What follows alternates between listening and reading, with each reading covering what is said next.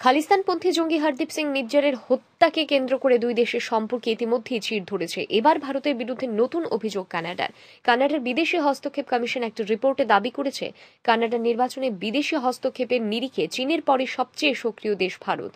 পত্রপাঠ সেই অভিযোগ খারিজ করে দিল নয়াদিল্লি।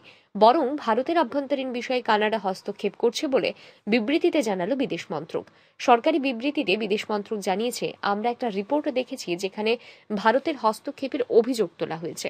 প্রকৃতপক্ষে কানাডাই ভারতের অভ্যন্তরীণ বিষয়ে লাগাতার হস্তক্ষেপ করছে, অবৈধ অভিবাসন এবং সংগঠিত অপরাধের পরিবেশ তৈরি করছে। ওই রিপোর্টে ভারতের বিরুদ্ধে তোলা অভিযোগ খারিজ করছি। আশা করছি অবৈধ অভিবাসনে উৎসাহ দেওয়া বন্ধ হবে। গত বছরের মে মাসে প্রাথমিক রিপোর্টে চীনকে নিশানা করে কানাডা জানিয়েছিল কানাডার বিষয়ে ধারাবাহিকভাবে হস্তক্ষেপ করছে চীন। কিন্তু চূড়ান্ত রিপোর্টে তারা জানিয়েছে কানাডার নির্বাচনে বিদেশি হস্তক্ষেপের বিষয়ে দ্বিতীয় সক্রিয় দেশ ভারত।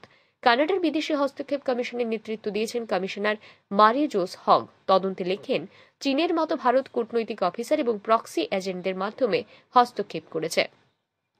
কানাডার নির্বাচনে ভারতপন্থী প্রার্থীদের অবৈধভাবে আর্থিক সাহায্য করা হচ্ছে বলে তার অভিযোগ। একই সঙ্গে তিনি বলেন, যারা এই সাহায্য পাচ্ছে তারা এই নিয়ে জ্ঞাত নাও থাকতে পারেন। ওই রিপোর্টে রাশিয়া, পাকিস্তান এবং ইরানকেও কানাডায় বিদেশি হস্তক্ষেপের তালিকায় রাখা হয়েছে।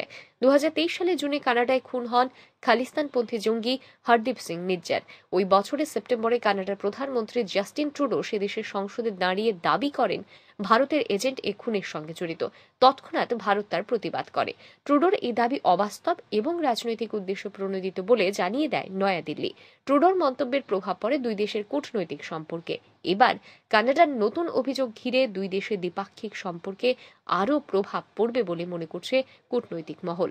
ব্যুরো রিপোর্ট, আর ই নিউজ।